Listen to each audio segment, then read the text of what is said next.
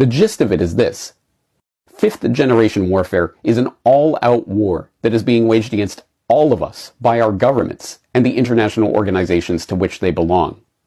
It's being waged against each and every one of us right now, and it is a battle for full spectrum dominance over every single aspect of your life.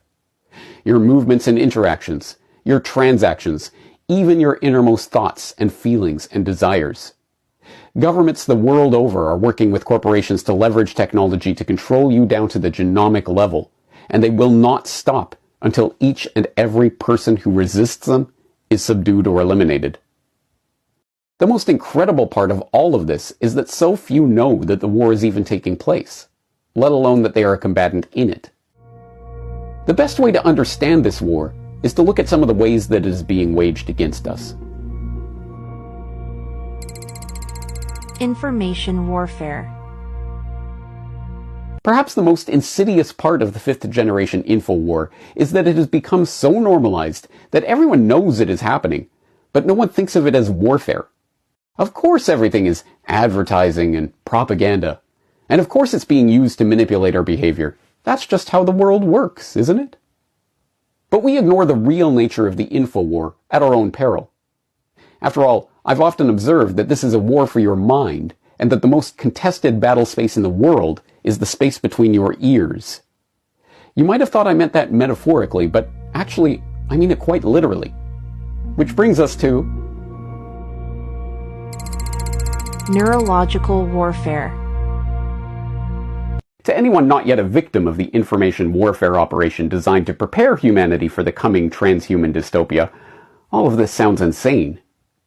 But for those who have fallen for the InfoWars psyop of the enemy, these types of mind-altering technologies are exactly as advertised, exciting opportunities to upgrade the feeble biological wetware we call our brain. But if you think you can avoid the biological aspect of the fifth generation war by simply avoiding the brain chip, you're out of luck. You're also going to have to deal with biological warfare. I'm sure you can fill in the blanks with myriad other examples of the attacks upon the world's air, water, and biome that constitute this unconstrained fifth-generation biological war being waged against us. When and if you do put the pieces of this puzzle together and seek to warn people en masse that they're under attack, your ability to resist this agenda will be predicated on your ability to use your accumulated resources, your wealth, to foster communities of resistance. Don't worry though. The enemy has that domain covered too. Economic warfare. We only have to look to recent events in Canada to understand what this will look like. This perfect control of humanity, down to the level of being able to witness and ultimately to allow or disallow any transaction between any individuals at any time, represents the apotheosis of technocracy and one of the key objectives of the fifth generation war itself. As this nightmare comes closer and closer to reality, all seems hopeless. But then again, that's exactly the point. The real war.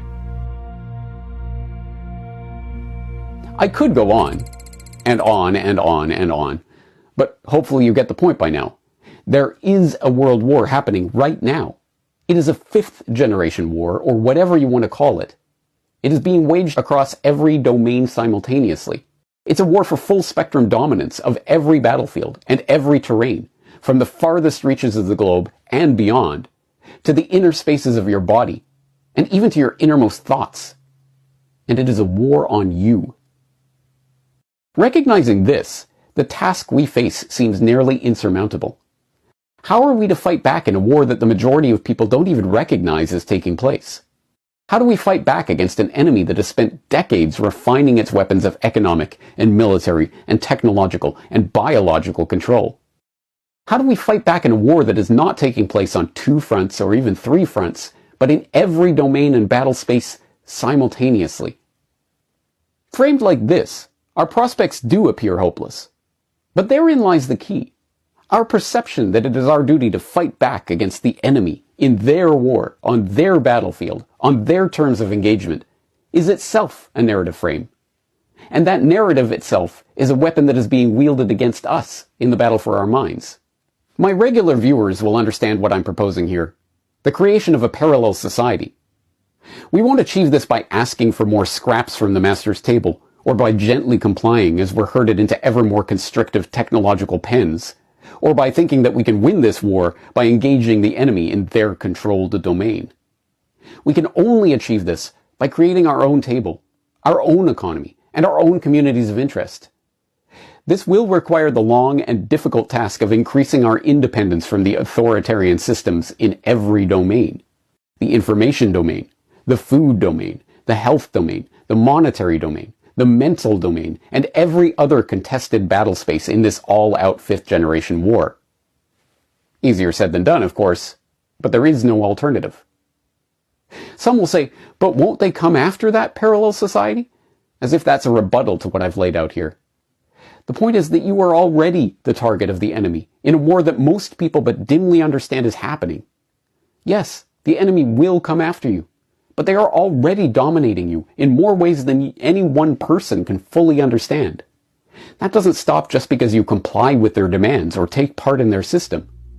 We must stop playing their game. We must stop fighting their war. We must stop ceding our power, our authority, our time, our attention, our energy, and our resources to engaging the enemy in their terms on their battlefield. We must create our own parallel society on our own terms. And so we rediscover an old piece of wisdom. To paraphrase, fifth-generation warfare is a strange game. The only winning move is not to play.